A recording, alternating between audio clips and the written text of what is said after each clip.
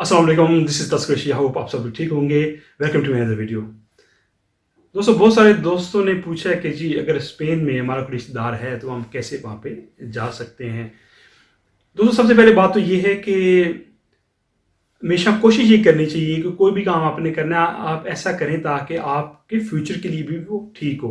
दोस्तों, अगर तो कुछ लोग ऐसे होते हैं जिनके फैमिली जो है बाहर है, भाई वगैरह होते हैं, बाप होता है, तो वो हाल ही विजिट वीज़े के लिए ना अप्लाई करें। ये ना सोचें जी मेरा भाई है वहाँ पे या बाप है तो मैं स्पेन में या किसी दूसरी कंट्री में इंटर हो जाऊँ, ऐसा ना सोचें। क्योंकि जब आपका कोई फैमिली मेंबर किसी दूसरी यूरोपियन कंट्री में है और वहाँ का पासपोर्ट होल्डर है, तो आप बहुत सारे बेनिफिट्स उठा सकते हैं। अच्छा, बहुत सारे लोग ये कहते हैं जी कि जी मेरी 18 साल से उम्र ज़्यादा है तो मेरे जो वालिद साहब हैं या भाई वगैरह वो मुझे नहीं बुला सकते।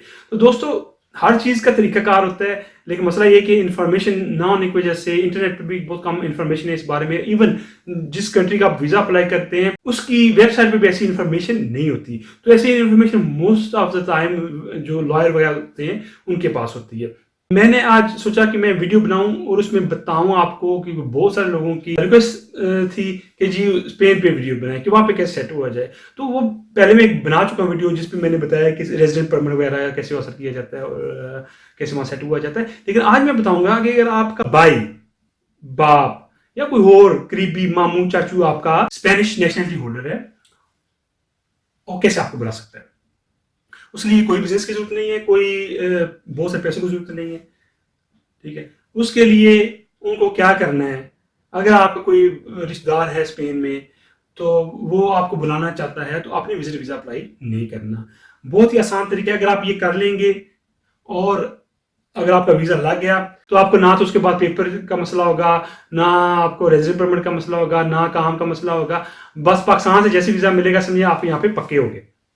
तो दोस्तों, वो तरीका ये है कि आपके जो रिलेटिव हैं या जो लोग सुन रहे हैं मुझे जो स्पेन में है उनके पास स्पेनिश नेशनलिटी है, तो तरीका बड़ा आसान है। जो भी स्पेन की नेबरिंग कंट्री है उसमें आप चले जाएं, जैसे पुर्तगाल वगैरह हो गया, अब वहां पे चले जाएं, ठीक है। वहां जाना आपने, वहां पे आपने जाके रजिस्ट्रेशन करानी है, अपने नाम और आपका जो घर का एड्रेस लिखाना है आपने।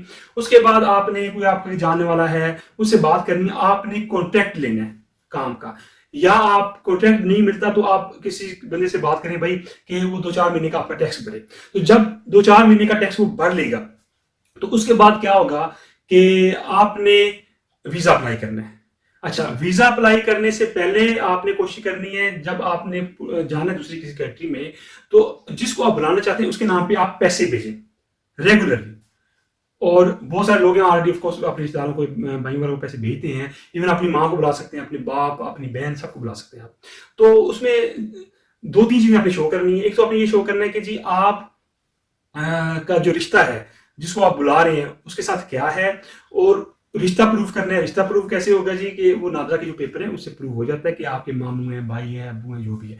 उसके बाद आपने प्रूव करना है कि वो बंदा आप पे डिपेंड करता है, यानी कि आप अपने बेटे को बनाना चाह रहे हैं, चाहे अपनी बेटी को, चाहे अपने भाई को, बहन को, माँ को, शो करना है डिपेंड कर रहा है मुझ पे। डिपेंड करने का मतलब क्या है कि जी आप उनको रेगुलरली पैसे भेजते हैं उनके नाम पे, उनके अकाउंट में, तो वो आपने एक शो करना है जिसमें साबित हो कि जी आप इतने महीने से उनको पैसे भेज रहे हैं।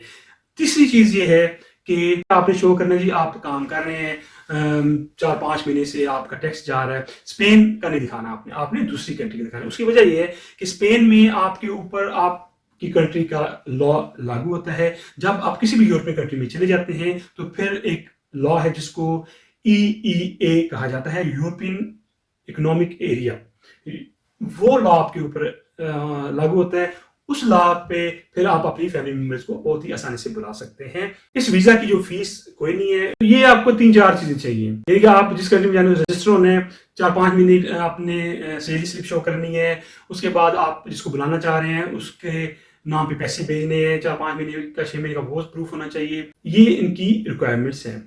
जब ये सारी चीजें आपके पास रेडी हो जाएंगी तो पाकिस्तान में आपने वीजा अप्लाई करना है जिस कंट्री में आप गए हैं उस कंट्री की एम्बेसी में। तो मोस्टली आजकल जो यूरोपियन कंट्रीज हैं, डिपेंड करता है आप कौन सी कंट्री में जा रहे हो, लेकिन मोस्टली कंट्रीज इस वक्त उनका जो वीज़ा है वो VSF या जेरी फेडिक्स के थ्रू अप्लाई हो रहा है, सबमिट हो रहा है। तो आपने वहाँ पे जाके सारे डॉक्यूमेंट्स, जो आप जो बुला रहा है, स्पॉन्सर है, बायर है जो बंदा, वो सारे डॉक्यूमेंट्स अपने वहाँ पे भेजेगा। और जो बंदा पाकिस्तान में है उसकी जो डॉक्यूमेंट है, जिस तरह बर्थ सर्टिफिकेट हो गया, जिस तरह कोई ऐसा प्रूफ बेफार्म है जिससे शो होता हो कि आपका रिश्ता क्या है, जो बंदा आपको बुला रहा है, ये सारे पेपर आपने लिख देने उस एम्बेसी में। अगर आप पुर्तगाल में या किसी और कंट्री से अप्लाई कर रहे हैं, जिस कंट्री से भी अप्लाई कर रहे हैं, आपने एक चीज़ का ख्याल रखना है, एक तो इंग्लिश में होनी चाहिए पेपर, दूसरी उनकी लैंग्वेज में ट्रांसलेशन भी होनी चाहिए। आपने जमा कराने इसकी फीस कोई नहीं होगी। वक्त से पहले आपको अपॉइंटमेंट लेने की पड़ेगी, फोन करके आप उनसे अपॉइंटमेंट ले सकते हैं कि जी मैं वीज़ा अप्लाई करना चाह रहा हूँ, और वीज़े का नाम है EEA। ये याद रहे, जब आपने वीज़ा फॉर्म फिल करना है तो ये उस पर आपने मेंशन करना है। वीज़ा जब अप्लाई होगा आपका, तो उसमें अगर रश नहीं है तो मोस्टली 2 से 4 हफ्ते में जवाब आ जाता है। जब आपका वीज़ा लग जाएगा, फिर वो बंदा पुर्तगाल में या जिस कंट्री में आप हैं वहाँ पे आ जाएगा। जब वो वहाँ पे आएगा, फिर आपने उसका वहाँ पे रेजिडेंट परमिट अप्लाई करना है। तो रेजिडेंट परमिट अप्लाई कैसे करना है? वही जो डॉक्यूमेंट्स आपने लगाए हैं वही होंगे, लेकिन जो सैलरी स्लिप्स होंगी वो भी लेटेस्ट सैलरी स्लिप आपने लगानी है 3-4 महीने की। यानी कि आपने पहले तो भेजी है ना वीज़े के लिए, फिर वीज़ा लगने में अगर महीना लगता है जो भी, लेकिन आपने जब बंदा यहाँ पे आ जाना है, फिर लेटेस्ट आपने लगानी है सैलरी स्लिप्स, आपने जमा करा देनी है। फिर उनका कोई जो भी टाइम पीरियड होता है, हर कंट्री के डिफरेंट है, तो मोस्टली जो है वो 2 वीक से 8 से 10 वीक तक टाइम होता है। फिंगरप्रिंट का लेटर आता है, आपके फिंगरप्रिंट होते हैं, आपको रेजिडेंट परमिट मिल जाता है। उसके बाद आप वहाँ पे काम कर सकते हैं। आप भी जब काम करेंगे, जो बंदा वहाँ पे गया जब काम करेगा, वो किसी और फैमिली मेम्बर को बुला सकता है, अपनी फैमिली अपनी वाइफ को बुला सकता है, किसी और को बुला सकता है। तो ये बहुत ही आसान तरीका है। थोड़ी मुश्किल इसमें ये है कि आपको एक कंट्री से दूसरी कंट्री में जाना पड़ेगा। तो दोस्तों मुझे एक बात बताएं, जब हम इतने पैसे खर्च करते हैं, लाखों रुपए एजेंटों को दे के आते हैं, तो यहाँ पे भी इलीगल हो जाते हैं आके, उसका कोई फायदा तो नहीं है ना। तो क्यों ना ऐसा तरीका करें कि बंदा भी आ जाए और वो सेट भी हो जाए। तो इससे आसान तरीका कोई नहीं है, ये EE वीज़ा है। अगर आपके पास स्पेनिश नेशनलिटी है तो आप इसका फायदा जरूर उठाएं, क्योंकि अगर नेशनलिटी हमने उठाई हुई है, बहुत सारे लोगों के पास नेशनलिटी है, लेकिन वो किसी इवन अपने बेटे को नहीं बुला सकते, क्यों जी? वो 18 साल से ज्यादा उम्र हो गई है। तो दोस्तों ये बहुत अच्छा तरीका है। इस तरीके से आप अपने बेटे को भी बुला सकते हैं जो 18 साल से ज्यादा है।